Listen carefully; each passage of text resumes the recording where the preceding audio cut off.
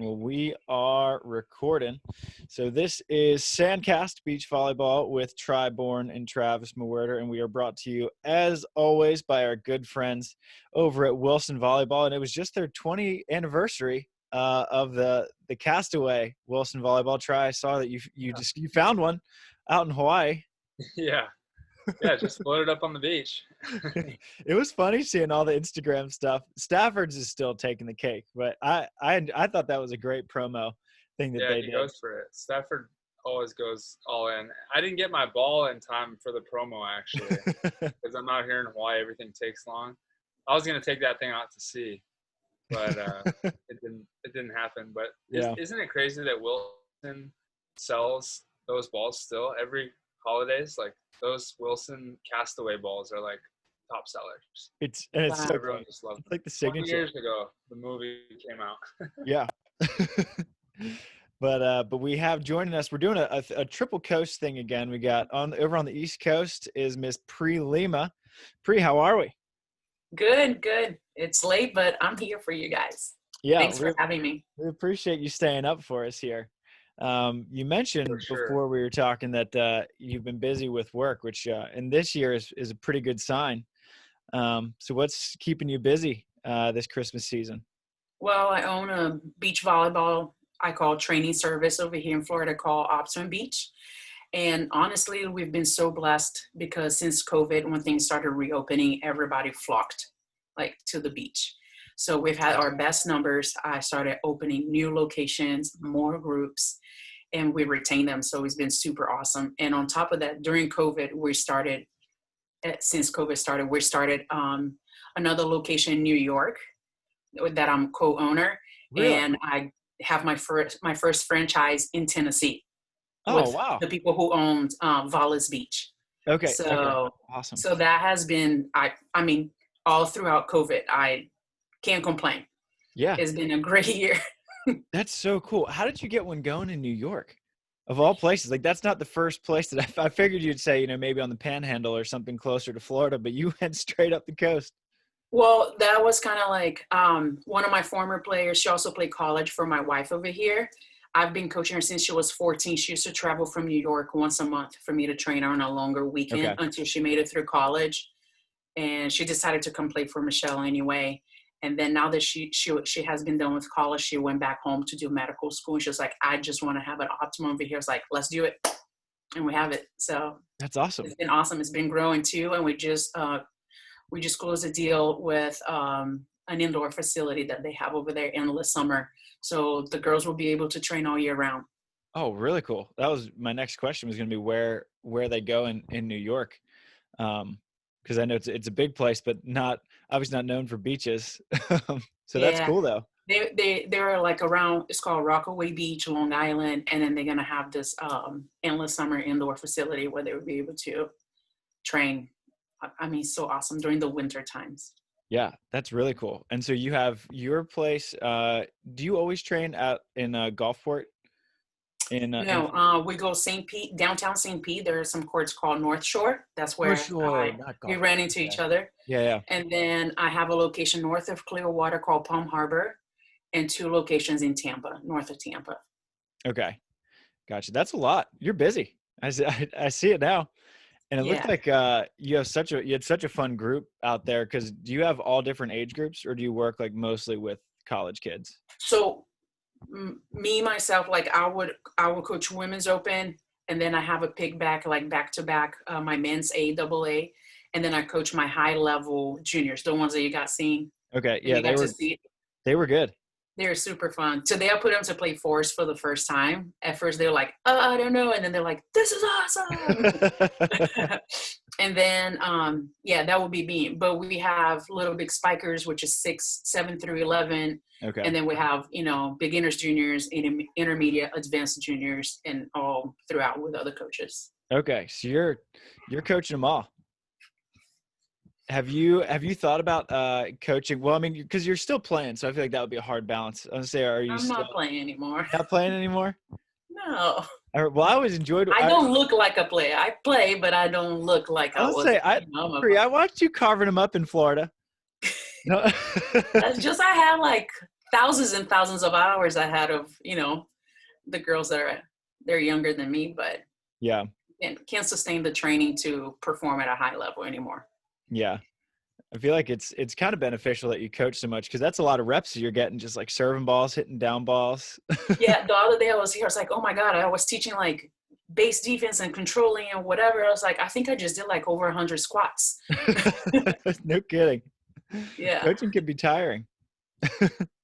Yeah, that whoop I is don't- going up for sure. Would you say, Try? I said that's why I don't coach.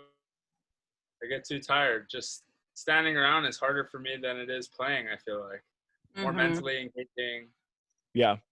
That's definitely how, once I was still kind of trying to play again and I was coaching full time, I started having injuries because I couldn't recover from standing on my feet so much. Yeah. That's why, like, I was telling Delaney, like, whenever I see a cashier at Vaughn's or something, I'm like, I just want to get him a stool or a chair, because I know how hard it is just to stand there all day. It's tough. But I like it. You don't feel it when you're doing it. It's so much fun. Yeah. I mean, you saw my girls are fun. Everybody, I have great people in every group I have. It's effortless to be out there. Like, it's so nice. Yeah. But so you said that you're done playing, or you claim to be done playing, even though you played pretty well in Florida. And it wasn't that long ago. I remember watching. I thought you and Fallon were such a fun team to watch when you played. You played Delaney and Emily Hartong in the qualifier out in Seattle. I loved watching you guys. Yeah, just good banter, and you just looked like you have a ton of fun out there. But so you're kind of shifting that focus away from playing, though, huh? Mm-hmm. Yeah, I've been coaching full time for the past 5 years. Okay. And then try to maintain some playing. I was like, I'm coaching girls that play on the qualifier. So I go with them, and I get to play and see. And then I started qualifying. I was like, maybe I can qualify more often. And so I kept on playing more. Okay. But it's, definitely with Fallon, it's really cool. It was really cool playing with her, because not a lot of people know, but I met Fallon when she was 16. She Really? She walked up in my my ex's gym in Manhattan Beach, and she was like, I just committed to USC and never worked out. And that's when I met her. She would come and watch, like AVP, and she got to watch me play, and then and then we got to play together. So it was really cool. Like genuine, raw, like we could just be ourselves with each other, and she's tough, so it was awesome. Like so. And there's always obviously above everything, like respect. Mm-hmm. So it's just a good fire. And because there was respect, it wasn't like friction. It was just more fire. Well, it worked out. I thought you guys were a blast to watch. Thank you. Yeah. I love it. Every team that Fallon's played on has had a lot of fire, at least from what I've seen. Yeah. Her and Nicolette were fun when they were playing together. And Nicolette, she has no shortage of energy either. Yeah. Yeah. But so I mean, you've been playing for a long time, and every time we kind of have a coach who's sort of like a player coach, and I meant that as a compliment that you've been playing for a long time. Every time we have kind of a coach on who's making that transition or has made it, I'm always so curious is if it was tough for you to start being less of a player, more of a coach, or if because you had so much experience and you had such a successful career, like looking at your 2015 season on the NVL, it's like she lost one match the whole year. It's crazy. But like, what was that transition like for you? And, or actually, is it kind of still happening? Is it a present tense transition? Yeah, I got to retire from Brazil and then came back over here, and then the AVP went under. So it kind of like transferred me to the NVL when they were coming back. And so that to me was another transition to like, I'm not playing super duper high level, and then getting out of NVL and being, and this whole time I'm coaching. And then, and then I was like, am I going to play? Am I not going to play? And then I was like, I'm not going to play. And then I started traveling, and I was like, I'm going to sign up. I got a good partner. And then I qualified. I was like, well, maybe I'll play a little more. So it's been this like back and forth, but I really feel like obviously I'm turning 41. I really, we really want to start our family, and I am coaching. Like this is 1000% like my full-time job, and it's harder as you get older to stay in shape. So is hard. Like I was already like, maybe I'll just do 50% of the AVPs this year. And then COVID hit. I was like, okay, I retire. We're good. I feel like you're the one volleyball player who was like, thank you, COVID. You made this the easiest decision for me possible. Yeah. Seriously. And it's still hard, but like I miss it, but I just love it. I know that like for my bucket to be full, I love that feeling of training so hard and being exhausted. Yeah. So I figure it out like that's and thankfully I'm in Florida, so I can play all these little open tournaments over here. Yeah. And we have like competitive teams, so I'll be able to, still try something hard. And I love that. I love being challenged. So I'd rather fail at a high level than succeed at a lower level. Right. I like that. And I feel like Florida, you guys have tournaments like every weekend. Every time I hop on Instagram, Kim Hildreth's like, oh, we played another one this weekend and another one. Like, geez. Yeah, we have so many awesome local tours in between here and the East Coast of Florida. For us, a 4-hour drive, and we hop in the car and we're ready to go. We're fortunate. That's one of the funnier parts of Florida is that, everyone kind of associates the Florida volleyball scene together, but everyone's so spread apart. You have your St. Pete's and Tampa crew, and then you have your kind of East Florida crew, and then you have the South Florida, and then you have the little bit that's on the Panhandle, and kind of in the Louisiana and that side of things. It's funny because like California, everyone's just bunched together. Like if you're down in Huntington Beach, like 45 minutes away, it's like, oh, he lives way too far away. So far. Can't go practice there. So spoiled. We are super spoiled. Yeah. But how have you liked kind of me and Kim Hildreth have had this little debate going on between, Florida and California, and you've done both.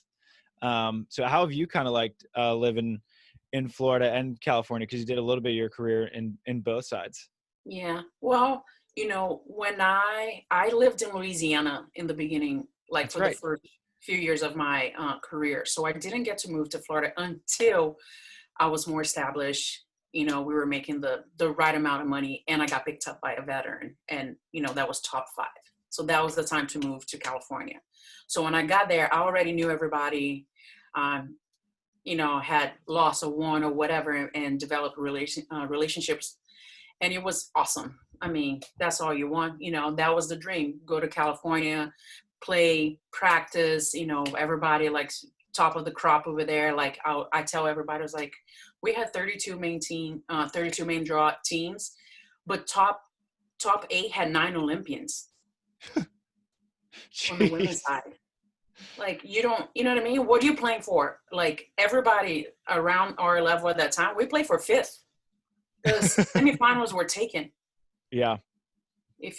So it was awesome. What was that like to play in that era where you mentioned like you're playing for 5th? I mean, as a player, it seems that in retrospect you've accepted it, but was it just kind of accepted even when you were playing that if you take 5th, you pretty much won your tournament? Well, looking back at the time, I didn't think like that, because otherwise you're probably going to fail even worse, because you think, oh, I'm just going to go for 5th. Like, you go to see, like, you snooze, you lose, I'm ready. Yeah. But if you think about it, it was obviously Misty and Kerri, EY. When I started, it was EY and Holly. So then it was EY, Nicole, Holly, whoever she played with.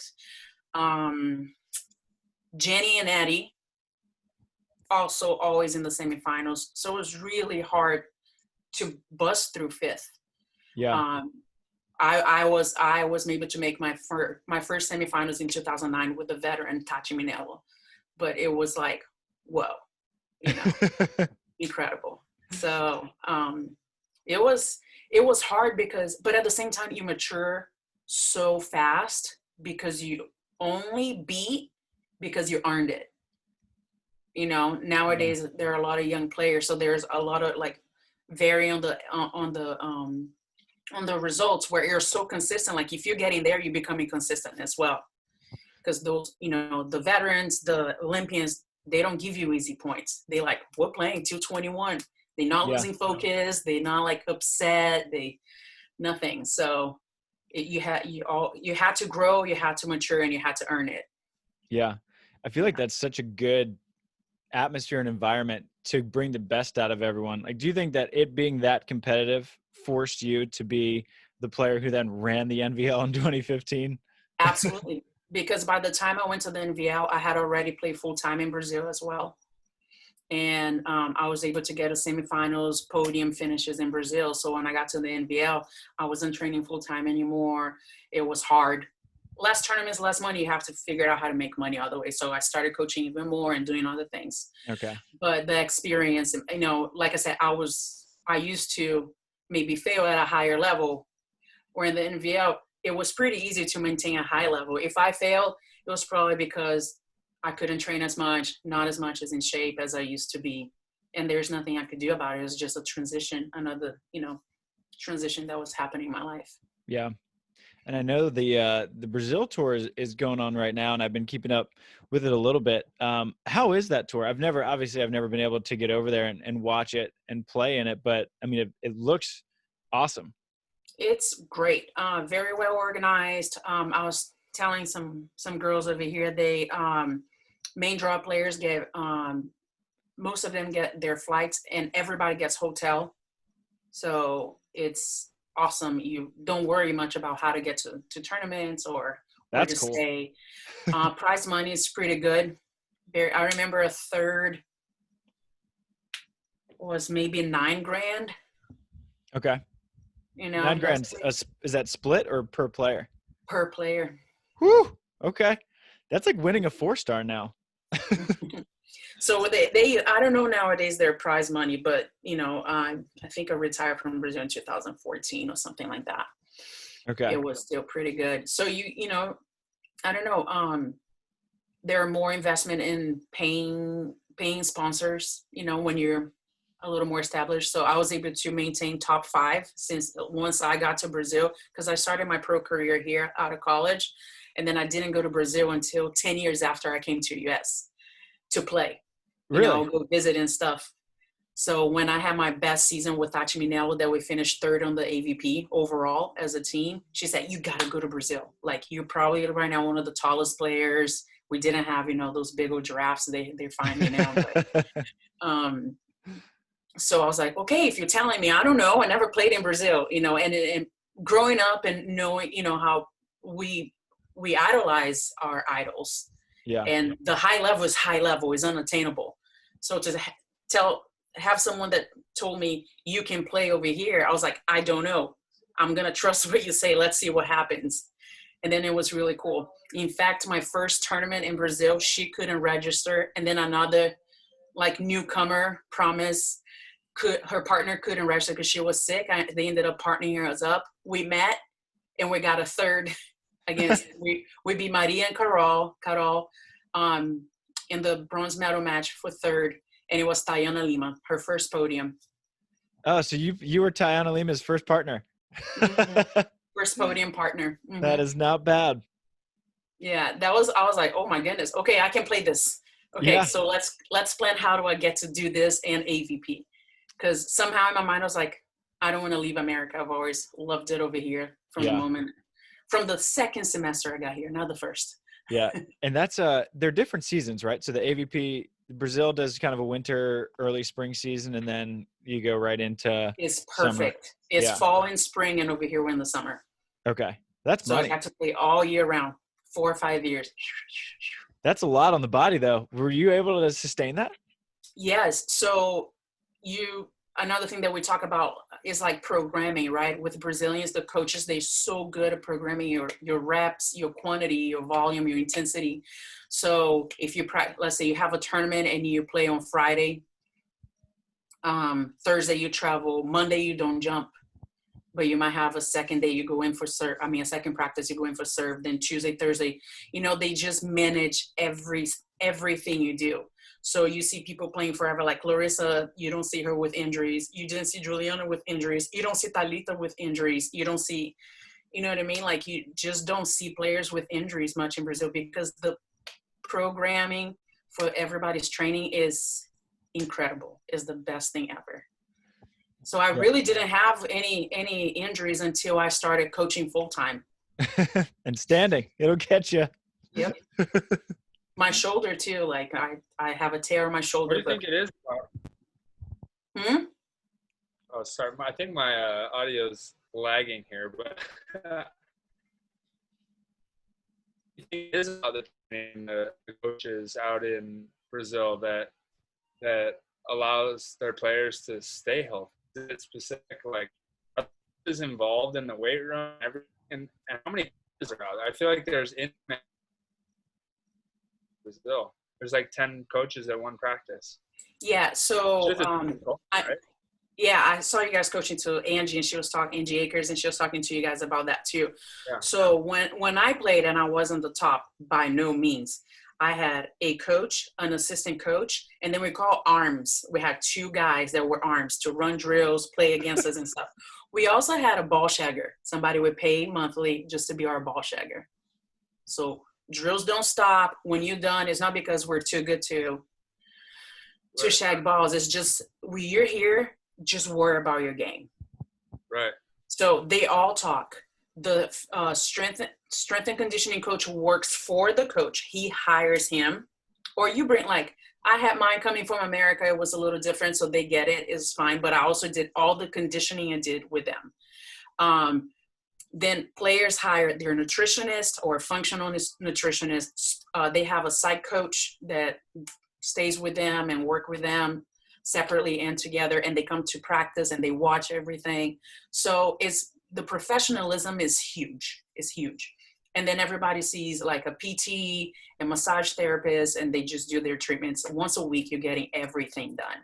And then on top of that, I know Brazilian coaches go through huge trainings. Their certifications includes hours of training, and it's very detailed, and they talk about sports physiology and all that stuff.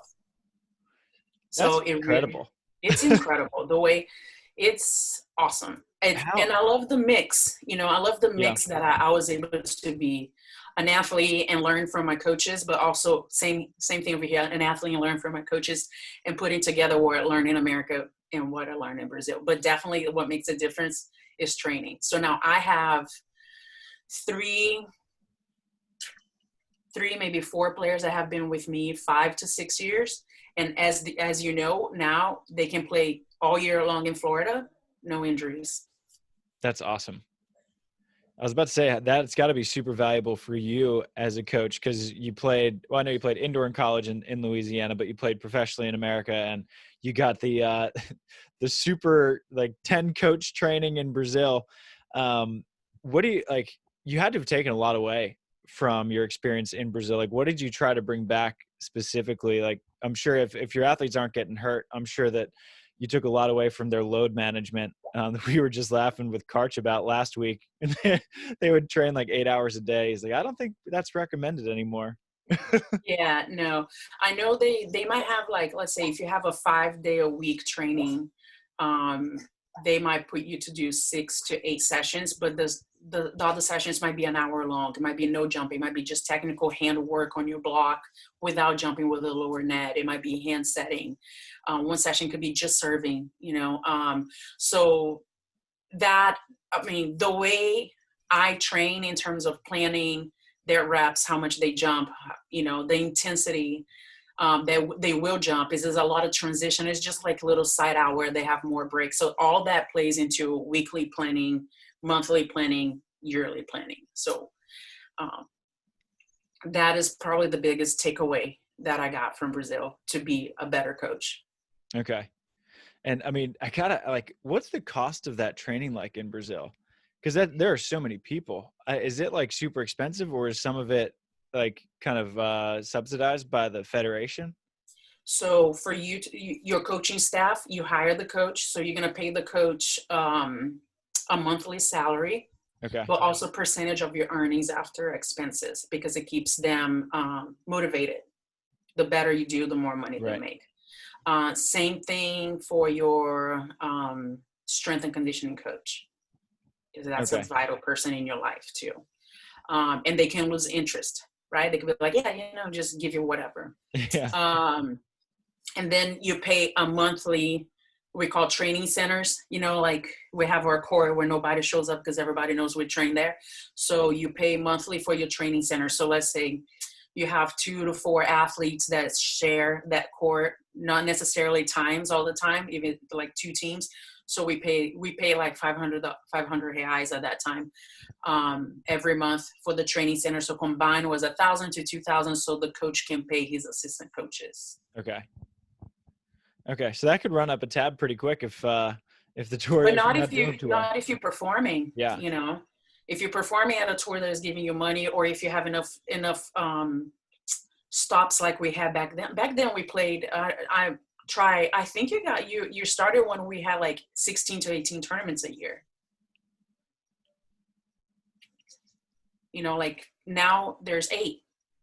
Yeah. You had 16 times chances because you're traveling, you're making the money, or you're making a little bit more money, and you also have more chances to get better. Where right now you're like nearly impossible. If you're starting, it's like you have to get better 8 times. You only have 8 tests in the whole year to get better. Yeah, that's what I feel like. That's what you got to like about Florida's schedule. Even though obviously the events like aren't paying out a ton, you get to play so many tournaments. That's such a good thing. They get to apply. Yeah, they get to apply what they learn, which is really good. So a lot of the Florida living pros, and luckily we have really good women's level now. So it's really good that they get to apply what they train. So when they go to the AVP, they might start in the bottom, but like I had a girl that she never played AVP, and she made 2 to 3 rounds, and made her second one. She made a round to get in. That's pretty good. And that's because good training, and then also like being able to apply over here before she gets to a bigger stage. Yeah. I think we got to have, man, I wish the AVP would go back to Florida, because like the community out there is so big. It's awesome. It'd be fun because there's so many players out there who would probably love to play qualifiers, but they got to travel so far to play in them. Yeah. So going back to what you asked. So for me, when I went to California, it was the beginning of my high level career. So it was like perfect. Unicorns and rainbows, everything was like, wow, this is the moment, you know? And then coming to Florida towards either because the AVP went under and they just starting or not playing as high level or competing or preparing, it was perfect. So, and it's not because at that time, Florida wasn't as consistent as high level, where now, obviously you have Kim and Sarah, you have, you know, Bria Aurora have gotten FIVB gold medal 1 star. You have Katie Hogan and Megan who went to the finals in the AVP. So you have people that have been successful. So they're tough competition, and you can play them every weekend. Yeah. So it's really good for, like, there are more people coming over here, and it's easier on your pocket. For sure. Is Megan Rice still playing? I haven't seen her name in tournaments in a while. Yeah, well, I think she has a big girl job, so okay. If she's not gonna make money playing, I don't think she's gonna ask time off to play, right? But I'm unsure. She's one of those real people. What is a real job? Not too many of them out here in the sport. Yeah. But now, Pri, so did I read correctly that you played handball in your first year in college in Brazil? Not college, high school. High school. Okay. Do you guys call high school university? No. Or okay. So you were a handball player, because I know Brandy Wilkerson played rugby. It's funny to see the different sports that people play. Yeah. But he was like, "You're tall, I want you," and then I knew how to do a slide approach, and that's a perfect slide to throw. And he was like, "This is awesome, you're in." I love varsity as a translate from other sports. It's so funny. Yeah. But I was actually a dancer. I used to dance before I played volleyball. I danced until I was 15. Okay. And did all types of dancing. So what's the popular dance in Brazil? What's not popular dancing in Brazil? Okay, I like that answer. We danced to everything, but like I did like what people do, like ballet, jazz, and then I did like my major thing. My thing was that most of my rehearsals were on flamenco dance, the one from Spain with the castañolas and tapping at the same time. Okay. So I did that. Like, it was super cool. And then I went to one volleyball class, and I was like, I love volleyball. See ya. Sucked you in. Yep. So you played indoor, and I know you went to Louisiana Lafayette. one thing I'm curious about is the international sort of recruiting system. Like, how did you, of all schools, how did you find Louisiana at Lafayette, the Raging Cajuns? So, well, what happened was the assistant coach in Lafayette played club for my club coach in Brazil. Okay. So she called me. It's like, hey, we need some. She played and became an assistant coach. She goes, we need some Brazilians. Do you know anybody? And then at the end of a practice, we're like, okay, see you tomorrow. See you Monday. It was a Friday. I remember. I don't know why I remember this. And he goes, oh, I forgot to talk to you guys. I got a call. There's this opportunity, like play volleyball in the United States at this school. You know, you get to go to school too. Anybody interested? And I look at my teammates, we'll go. I went home, I was like, Mom, I volunteered to go to the United States and play volleyball. And then they wanted oh my gosh, I didn't know anything about recruiting, right? My wife is a college coach. Yeah. I know all the budgeting now. I was like, I don't know how the heck we ended up getting to Louisiana. Like, I had no idea. Like, you need to have film, you need to do this. They try to ask us, it was 1998. Like, we don't have a recorder like back then was like that. I was like, we're poor, like we don't have all this money. We found like a friend of a friend of a cousin of a friend, whatever, and gave us the camera. And it was like, what is a recruiting take? Nobody explained anything to us. Yeah. So it was like, well, let's just like set each other, like warm up hitting, set each other on all three positions. We did like digging. We did digging, and then we're like passing, serving. And then we're like, what else would they want? Let's show them we can shoulder roll. So we toss the ball and go. That is no kidding, that's my recruiting tape right there. I would love to get a hold of that tape. Me too. I can't find it. I'm going to ask again. Maybe somebody still has it. But so I told the agent, I was like, well, somehow they thought we were good enough for D1 over here. So we came. Who all'd you go with? You mentioned we. Me and a teammate from Brazil. We came together. Okay. I feel like that probably helped that you had a friendly face going with you. Definitely. I'm pretty outgoing. It was awesome. But at that time, I left my family when my brother was 6 months old. We're 20 years apart. And that was really tough for me. Okay. I was going to ask how you mentioned you told your mom, like, I'm going to the U.S. to play volleyball. How'd your parents take it? That's a long way. I know. My mom's like, what? I was like, why? Because, okay, so in Brazil, by the time you're 17, you know if you're going to make pro or not. There's no college and then pro. Okay. It is 17 and under, 19 and under pro. So when you're like 17, 18, you have an idea. I was a middle. I was obviously like not as tall as most middles. Not as athletic, never been a super high jumper. So I knew I wasn't going to make it indoor. So I was like, this is a great opportunity. Then I get a degree. And then I got over here. I was like, oh, you have to pass your classes to be eligible. I was like, I'll study. I had no idea. But it was just an opportunity. When I left Brazil, they started to try the whole junior circuit and stuff. So fun fact, one of my best friends, her name is Renata. She got fourth in Beijing with Thalita. Oh, wow. So at that time when we were teenagers, it was us two and another girl that we took turns playing the state championships for beach volleyball for juniors. And we were undefeated. Oh, wow. And then her dad was like, don't leave. You're actually getting good at this. And then Brazilians are very honest, right? So they don't filter anything. I was like, I know, but it's so uncertain. I was like, Renata can play pro. She went and she was a setter, pro. And then she went to the beach. I was like, I'm not good enough for pro. So I need a better diploma so I can help my family when I get back. But then I got over here after one semester. I was like, I'm never leaving America. Really?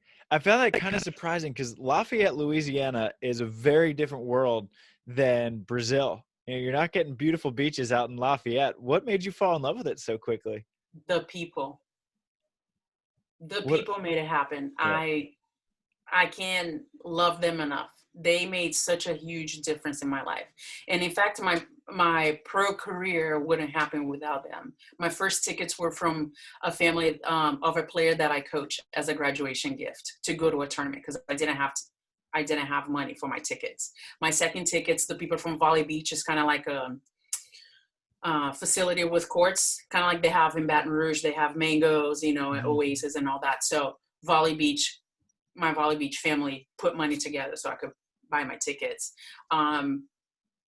By, I don't know, some type of miracle, as I was flying, I rarely flew out of Lafayette because it was so much more expensive. I would take a Greyhound bus to New Orleans and then fly out of New Orleans. And somehow I was flying out of Lafayette and I met the lady at the check-in counter, and she was asking, oh, what do you do? I was like, oh, I'm playing pro beach volleyball, trying, you know, whatever. She's like, you fly a lot? I was like, yeah. She was like, I never saw you. I was like, it's really expensive to fly out of here, but I got a cheap flight or whatever. And she goes, my husband and I, we don't have kids and we don't use our buddy passes. Do you want to use our buddy passes? And I go, what are buddy passes? And she goes, you will pay only $40 per trip. And I was like, yes. Yes. And it was literally a year and a half to 2 years that's how I flew to my tournaments. And that's probably how I made it, because otherwise I don't know if I could be able to make to 16 to 18 tournaments. Yeah, that's awesome. On my first round of the AVP, I only did not qualify my first one, and I was able to qualify all of them until I retired. Then I didn't. Not many people can say that, Pri, that you've only not failed to qualify one time. That's impressive. It was, I guess I don't know. I was ready when opportunity came. You know, I've always worked hard. It was something that in Brazil, volleyball is, you learn professionalism right away, because clubs, you don't pay to play. There are only 6 or 7 clubs in Brazil, so you're invited to play. You throw a tantrum, you whatever, you miss too much, they don't need you. You're out. Yeah. You know, you're special if you get to stay. So we're taught to be so I kept that when I came here, you know, somehow, and I'm thankful for that, for my mentors in Brazil to instill that in me. I feel like that probably meshed well with just overall Southern manners. Maybe that's why you loved Louisiana so much. I love, man, these people, but they're just like people from Rio. They love life. They want to celebrate. They welcome you. They embrace you. They love barbecues. They love festivals. Like, it's just good-hearted people. Like, I love them to death. Well, so you were playing in Louisiana, though, before beach volleyball was a college thing. Did you keep up with beach while you were playing at Lafayette, or had you kind of made the shift to indoor, focus on that, and then reshifted back to beach once the indoor gig was kind of up? Well, I got to play. They took me to my first FUDs, you know, like when where it all begins. Yeah, so I played the leagues. I ended up helping managing Volley Beach. You know, Kamal, the owner, is like a father to me, supported me, and helped me so much. And I would train there, but I would train myself, would train the upcoming guys, and they'll get good and leave me to play men's open. Yeah. But, you know, that's how I try to maintain beach, because I've always loved beach, coming from Brazil and already training. And then all of a sudden I met someone and said, oh, at FUDs, I met this lady called Mary, and she goes, you need to go to the AVP. I was like, what is the AVP? And she goes, it's the pro tour over here, and you're good. Then you need to go. And she goes, I tell you what, in San Diego, there's a stop this year, and my family is from there. If you get your tickets, you have a place to stay, and we'll play together. And she had played on the WPVA. Okay. So I was like, okay. And that was it. I love beach volleyball. I love the people in beach volleyball. It's like, oh, I just met you, but here, I got a bedroom for you if you ever want to come out. It's the greatest. It was awesome. It was so awesome. Like I said, I think all the hard work or preparation, you know, was met at the right time and everything happened. But without it, I would have failed. I would have failed. So it's keeping the faith. I mean, both of you, you know, like Tri has been established. Travis, you've been doing a great job growing your game, and it's all between the vision, the faith, the hope, and the never give up. Like, and you maintain your standards, your work ethic, and you stay focused at the end of the line of that tunnel. Like, you don't get out of it. You don't stop staring at it until you reach it. And whenever is your time, it's going to happen. Here we go, Tri. Couple more months of pushing, brother. I got a lot more than that, but yeah, you're right. One goal at a time. Couldn't have put it any better. Oh, no. I think a lot of people forget that your success in that moment doesn't come from that moment. It always comes from everything you've done and leading up to it. Yeah. Being picked up was such a out of the blue, you know, because my partner at that time, I played 4 or 5 years with Angela Lewis, and we literally started like 24th team in the main draw, and we climbed all the way to 9th team in the nation, with me in Louisiana and her in California, and us meeting one day prior to every tournament.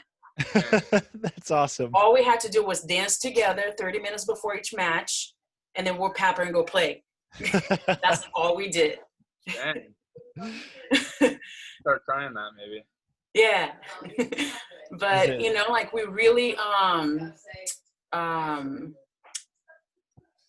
we grew together, Angela and I, so all that hard work was ready. And then when I got picked up, Tachi brought obviously the high level training, the high level mindfulness, the high level, everything that I never been. She was playing Goodwill games at that time, back then was kind of like the world championships. You know, she played with the best of the best from Brazil. She is one of the best defenders. She was voted one of the best setters in the FIVB once or more times. And when I got her with, you know, a coach, and everything was there programmed for us to do it every day. And you did that with Johnny, right? You had that veteran, like, not this way, one more step. You have to be ready to receive the information. Yeah, exactly. You have to know your body. You have to know your mind. You know, you have to be mature enough and certain. I don't even like saying confidence, because confidence goes away, but you have to be certain what you can do. So when you get it in your ears, you accomplish it, you do it, but you have to train that way, right?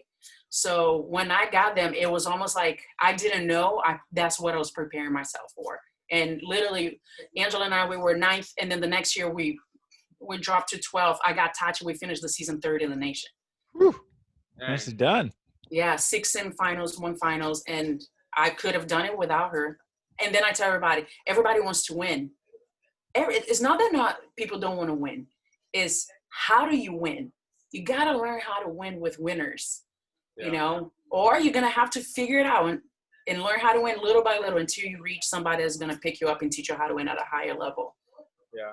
I feel like a lot of people that don't make it get to a certain level, they take a step up, and then they think, wow, I made it. I learned everything. They don't literally think they learned everything they can know, but subconsciously they act that way, right? Mm-hmm. Stop listening and learning. And when you look at the people who are just keep going and going, like you mentioned, Hayden, Jake Gibb, all these guys, they're evolving their game and they're learning stuff constantly. I'm trying to do that with myself and just like learn from my partner, learn from my coach. And I think people just kind of like hit a plateau of that where they just get over learning.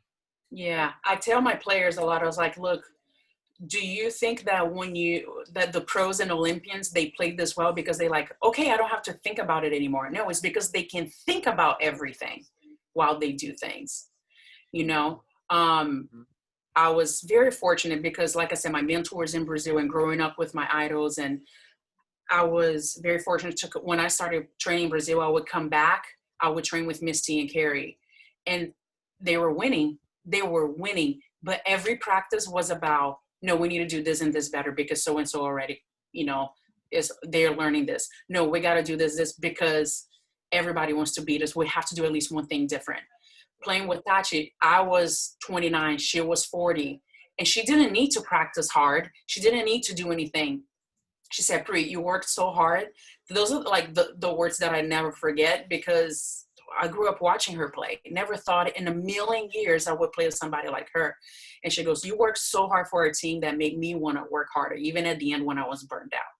And I worked harder to make our team better. And what I saw of her, like dying at practice for us and learning and adjusting so we can be a better team, those were my examples. Holly McPeak, one of the hardest worker there has ever been. Yeah. Like you don't see a lot of people working harder than her, especially to overcome her size. So I was well taught by watching and also by being able to be around these people and understanding that learning doesn't stop. Change is good. And then I said, either you want to win comfortable or you change it to win and you win uncomfortable, you know, or if you stay comfortable, you might lose because nobody wins being comfortable. Well, everything's constantly changing, right? Your opponents are changing throughout your career. Most likely your partner is going to be changing. And if you just stay in that narrow mindset, you're going to get left behind for sure. Especially right now, right? That's what people are dealing with the most, is this unforeseen change of the pandemic. And those who are open-minded and willing to kind of change their path and learn a new way to kind of, I guess, succeed are the ones who are going to thrive. And ones who are really stuck on their ways are probably not going to, because nobody's in control right now. And you're really never in control in terms of, there's way too many factors to you can even control your own success, because you depend on somebody else, and you never know who and how they're going to show up against you. Yeah, you could go practice and train and be the best skills player in the world, but you're not a good teammate. Well, the other half of your team's not going to work with you, and you're going to lose. Like, people just underestimate that so much. They just think that they can go get their reps and do their thing right. But like, the working really hard on a day where your partner's down and showing them, rather than just like yelling at them or telling them, bringing them up that way. Like, those different little skills that the winners have to lift their teammates up are the things that separate, the good from the great. Yeah, absolutely. It's something that I try to instill in my girls. It's like, you are not entitled. I don't even say that, because I feel like they don't feel entitled, but I always remind them, you are signing that NLI, you're verbally committing. What you're saying is not, I worked hard and this is what I deserve. It's because you worked hard. You're having an opportunity to be in her team or his team. And you're also promising that you do your best for that coach's program, for their school's program. It has nothing to do about you, but you can make an impact. So I try to be like, now that you committed, now you're going to look at the roster and see who you can beat up if you want to play. Right. And then every day I was like, this and this. And I was like, well, when you're in college, you're going to have to do it. So I might as well learn over here, get over an argument or being mentally tired. Like coaching juniors, when they study, school is really tough on them. So they get mentally tired sometimes. And I can tell when it's like test week or finals. I was like, I get it, we're mentally tired. So push hard mentally so your body can respond and you can still perform really well. So try to teach them these little things. So when they get in college, they by themselves, it's not so overwhelming. Like, they have the tools. They just have to remember to use them. That's so cool. Yeah, that's such a good thing. You can relate to them like that. That I feel like a lot of coaches don't think about how much mental exhaustion school can bring. And then when you get to practice, because beach volleyball is just such a mental game, you're constantly figuring things out, that when like kids will just like blank out mentally, which will affect their physical game. I feel like that's such a good thing that you can relate, or that you do actively relate on that level. But that you don't just let them off the hook, that you use it as a challenge. Like, hey, like, I know you're tired. Like, this is the time. Like, this is where we get better. And we also do club-wise and now nationwide. We do, we call water and notes. So we're always taking notes. I said, your body's going to rest, but your mind is not going to rest. Because in the game, you don't sit on timeout and you go like, whatever. You need to stay here. So if you learn how to stay here throughout the whole practice, and the game is easier.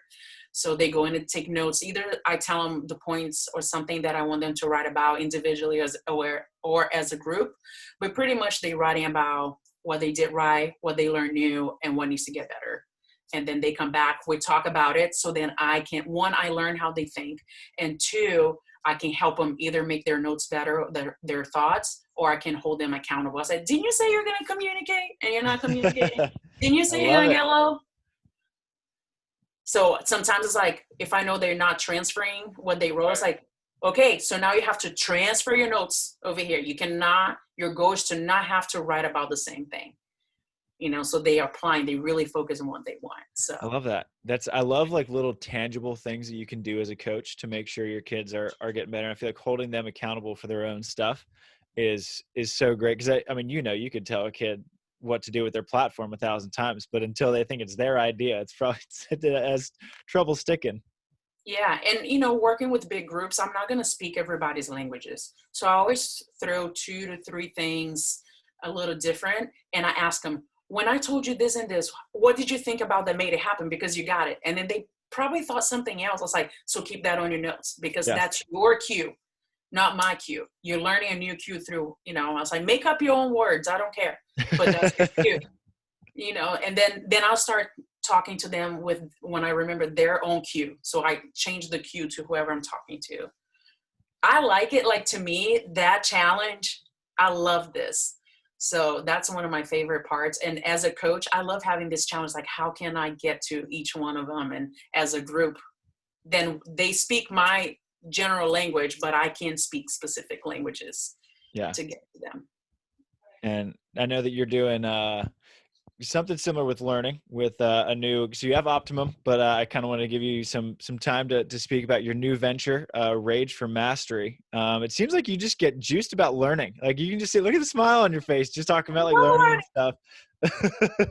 So not only I love learning, I love sharing knowledge or whatever I learned, because I believe, like when we practice the year after or the year of I was picked up, it was Tachi and I, and then EY and Rachel Scott. She was walk holder, and Mary Sean Scott. And like, they were 2, we were 3.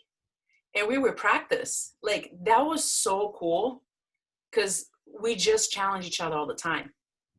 So there was no problem. Like, you do you, we do us, and then whenever we had the same coach, that's why we practice a lot together. Okay. But whenever we play, he wouldn't sit, because we knew, like, that wouldn't be fair for each team. And then there was team A, team B, whatever.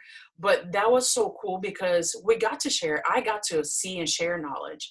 And call me crazy, but the better my competition gets, it makes me have to be better. Right. And at that time, they were 2, we were 3. They didn't mind. Again, I'm learning by seeing and by doing what now I'm doing. So I don't mind. I go and somebody comes and trains with me that I could play in the qualifier, or I was playing the main draw, and I'll be like, people started coming in and asking, hey, what can I do better? I was like, oh, this and this, this and this. It's fine. So I love sharing knowledge. So yeah, during the pandemic, I was like, man, there are similar platforms out there, but I really wanted to be specific from Olympic coaches. I'm going to throw in a little bit of my stuff into, because I love the mindset and other things like that about the game. But how can I connect Olympic coaches to college and club coaches, so we're training even better? Like I said, like the programming, I don't think a lot of people programs the way Brazilians program. Yeah. So that would be a great opportunity for them to learn. How do they identify talent? How do they identify talent? Plan a season. How do they create confidence so they can play? So we had one Zoom so far, and it was with Pepe, and he's from Brazil, and he coached Qatar. He was the coach that took Qatar from 0 to hero. They're legit now. That's Jefferson. Did he coach Jefferson and Sharif? Yeah, he took him. Yeah, okay. He took Jefferson with him and all that. So I want that part of the confidence. And what did he do? What type of, either at practice or talking to them? Like, it's just, you always wonder, right? Like, as a player, you wonder what's in the Olympic mind. A player's Olympic mind. As a coach, you wonder what it's in Olympic coach's mind. So I was like, I want to make that connection. And that's how we started. We started with one Zoom so far. We're going to start a series of Zooms and then online courses next year. We're building our platform. It's pretty much connecting Olympic coaches. I have him. I have nearly a legendary Brazilian coach that is in Spain now, Chicão, who coached me into top 3, and he's been with the Colombia national team, and now he's in Bulgaria as well. And I have right now Chie as well. He was my assistant coach who became my head coach, and now he coaches for the Greek team, national team, the women's right now. Oh, Marcão was also an Olympic coach. He took Greece women's maybe, or men's, one of the two, to the 2004 Olympics. Okay. So these are my first 4 that I have to share their drills, maybe a live of their practices and specific topics I'm really excited because I feel like coaches need that. And then I want to connect them to players as well. Awesome. And we're Really going to cool. develop coaches, pros, volleyball masses, and also, specifically junior stuff too. Because there are a lot of stuff like with juniors that I want to prep them to go to college. There's a lot more resources that they can do that, but I want to have these conversations like, are you ready? Whatever we implement in our practice, that my kids go to college, they're like, I was like, how was it? They're like, no, training was hard. This was hard, but everything else was fine. I was like, that's all I want to hear. Yeah. Like they were ready. Where before it was like, they were everywhere. They were overwhelmed. They had to get over stuff with me. I was like, better with me than everybody else. It's okay if you cry. Like, it's okay, but we're learning, we're learning over here how to deal with things better, and we'll move on. Really cool. It's been cool to see all the things that people have come up with during COVID. Just like, I feel like a lot of people have gotten creative with providing value to the beach volleyball world in various different ways. And so it's cool to see that that you have a project that you're excited about that I think will probably bring a lot of value. And if you want to get in touch with Marcio, I can get you guys in touch because he's been to a couple Olympics. So I think that's right up his alley. Marcio and I played indoor volleyball for the same club. Really? And I played with his cousin. I've known him since I was 15. This world is so small. Yeah. I was out coaching with him right before we hopped on the podcast. So. Oh, awesome. Yeah, no, he's awesome too. In fact, my veteran was the one who brought Marcio to United States with her. Okay. Tachi Minella. Okay. Yeah, he came. Really cool. He was her coach. Yeah. Awesome. Yeah, absolutely. I have Marcio. I have a couple other ones in mind. I've had this idea for over a year, and then I was able to how am I going to structure, how are we going to do this? So it was during COVID when I wasn't coaching, I was able to be a little bit more creative on how to bring it out. Yeah. Awesome. Good deal. Building. Well, where can, if we're a player or a coach, how can we get in touch with both you, Optimum, Rage for Mastery? Well, the easiest thing would be, I guess, Instagram. Everybody has one, or Facebook. But on Instagram, I am at Pri Lima 13. We got at Optimum Beach, and then we got at Rage for Mastery. Okay, awesome. And I know it's getting late, so I don't want to take too much of your time. But we do have a question. So we used to ask all of our guests this question, and then the answers were getting a little redundant, but then I've actually had a couple emails requesting that we bring it back. Someone asked if you— Too much pressure. Yeah, big pressure here, Pri. So if you had to give one piece of advice to an up-and-coming beach volleyball player, which you work with plenty, what would that piece of advice be? Get mindful and purposeful practices and touches. Okay. Don't get out there and get reps. You're not going to learn. You're not going to retain. Be a student, a learner of the game. I love it. And work on your mindset and mental. I call mental endurance, not mental toughness. You can be tough for how long? You got to endure. Oh, I like that. Is there any good mental practice that you have your kids go through? Yes, it's just telling them. You can tell when I tell them it's not. Both of you know, and everybody knows, you don't go through a full match, a full drill, 1000% focused. You lose one or two moves, right? That's when the focus kind of you have a glitch. It's the power of refocusing is going to get you back. So higher level players, they make half a mistake or a mistake, they're back. Lower level players, they're like, oh my God, all of a sudden I lost 5 points. So that would be something. It's like, I tell them, don't lose 2 points because you were unfocused, 2 or 3 points. Lose 2 points because you were unfocused, you try to fix and then you make a mistake. Because from that mistake, when you're present and focused, you are aware and you're certain how you can change and make it better. So all my players know they can make mistakes. I really thrive into showing them that they have psychological safety to make mistakes. But I tell them, as long as they're my way, not unthoughtful way. I tell them, I'd rather you turn around, face the pole. For us, we face the pole to set, to start with our angles, and miss 1,000 times. That make it like this, like this, like this, like this. Because Right. we repeat that on purpose. So they learn that the process to get a result instead of result and no process. I like it. So that's how I train them to have an endurance of focus during practice. Awesome. That's cool. Yeah, I love that. Well, Pri, thank you tons again for hanging out with us so late over there on the East Coast. Great chatting with you. We still have an acai date that we didn't go on. My apologies. I got back late from Fuds. You know how Fuds is. So It's been so long. So next time I get over to Florida, we will absolutely get an acai bowl catch up. Absolutely. Thank you guys so much. It's literally an honor to be here. So many incredible players, coaches, just volleyball personas have been with you guys. There are so many out there that you could have thought of, and I feel blessed to be able to be here and be talking to you guys.